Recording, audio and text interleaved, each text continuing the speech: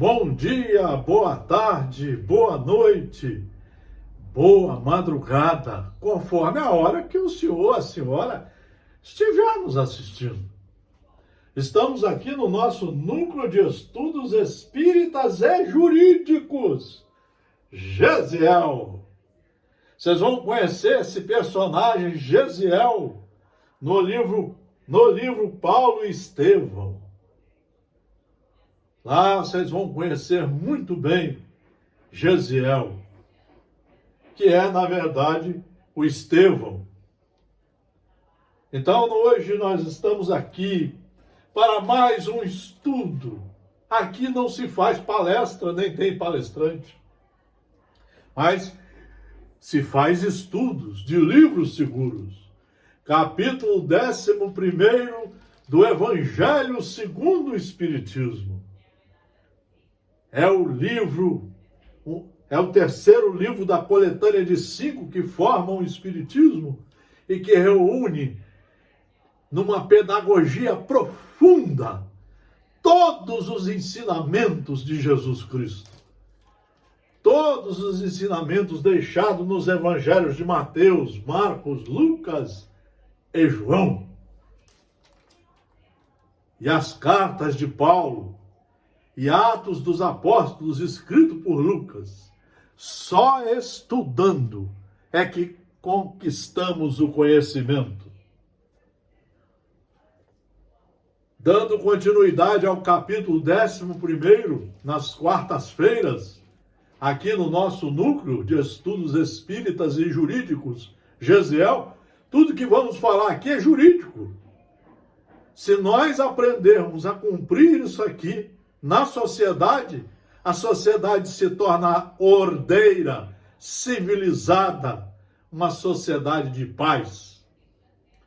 O egoísmo, esta chaga da humanidade, deve desaparecer da terra, cujo processo moral retarda.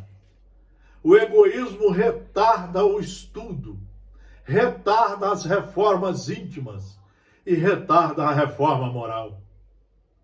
Reforma moral é você estudar as leis e segui-las de forma responsável e consciente.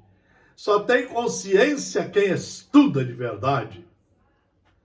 E o Espírito aqui diz que o egoísmo deve desaparecer da terra, cujo processo moral retarda.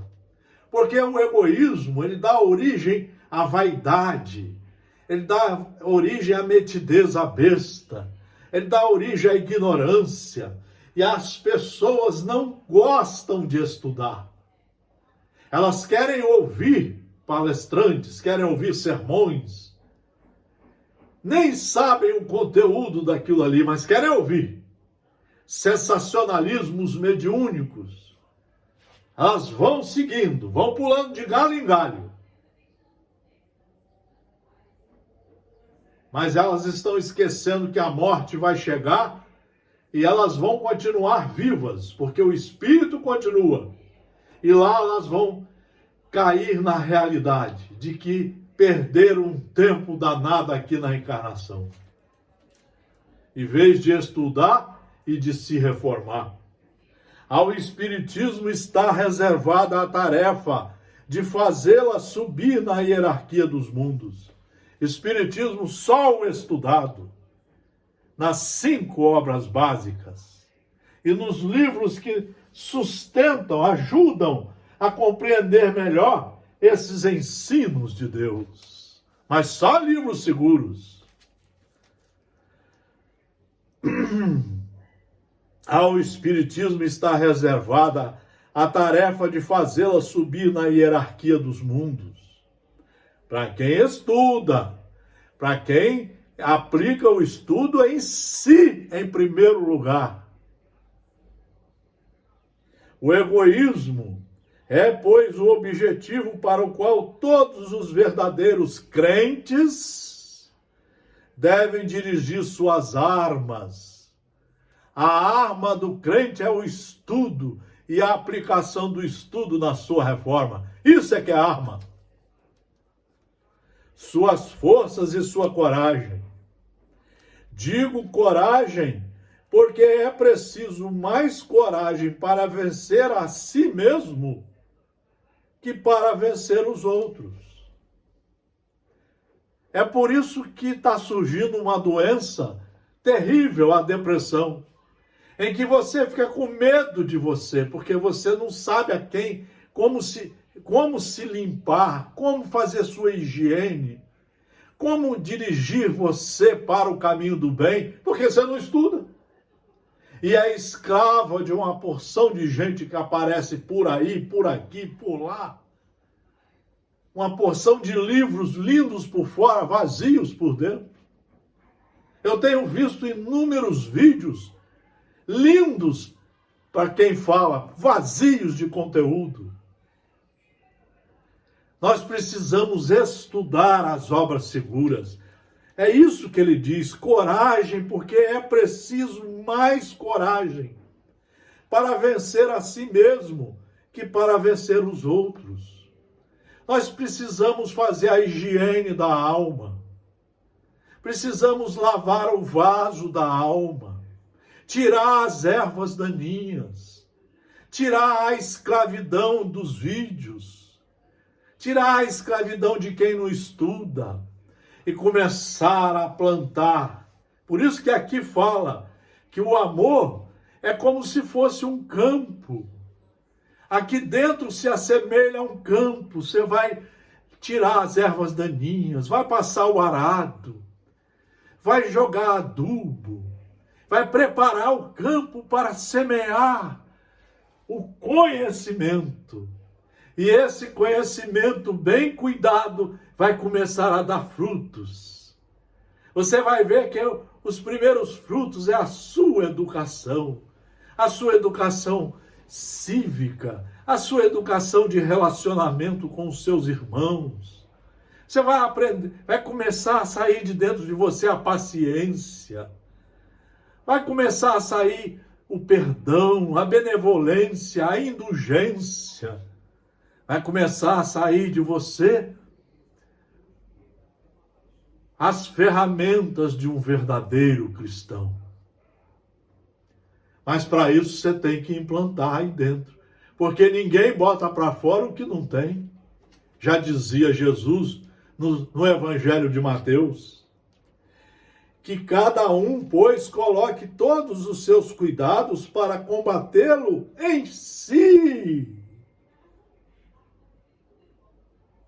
Porque esse monstro devorador, olha o que o Espírito fala, há mais de 150 anos.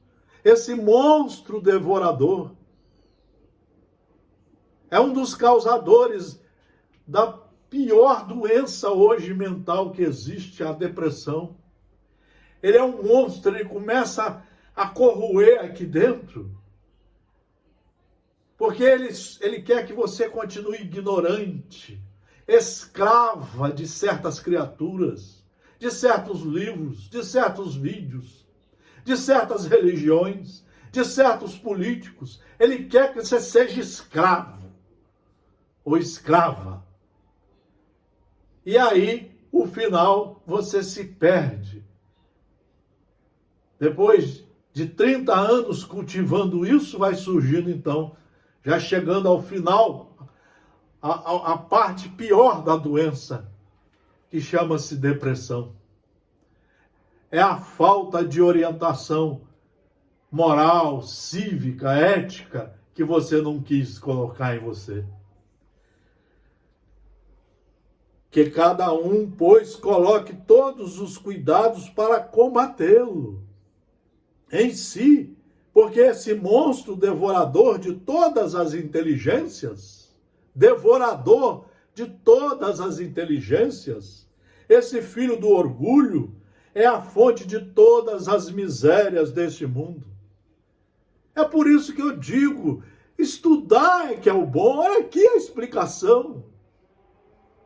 É a negação da caridade. Ele passa a fazer você fingir que está fazendo caridade. Final do mês você arruma umas cestas básicas. É muito bonito e é bom a gente fazer isso. Aí você agride os companheiros dizendo que isso é ajudar o próximo, é caridade. Isso é uma pequena ajuda. Às vezes você não faz isso com os seus familiares em casa. Às vezes você não tem paciência, não sabe dialogar com os seus amigos de profissão, não sabe dialogar com os seus irmãos de religião, não sabe conversar, não sabe ceder, bater papo, não sabe ser acordado, educado, civilizado. É a negação da caridade e, por conseguinte, o maior obstáculo à felicidade dos homens. Está aqui no Evangelho, capítulo 11. É por isso que isso tem que ser lido de 1 a 4 horas por dia, para nós tirarmos o conteúdo e começarmos a ter coragem de colocar isso em nós.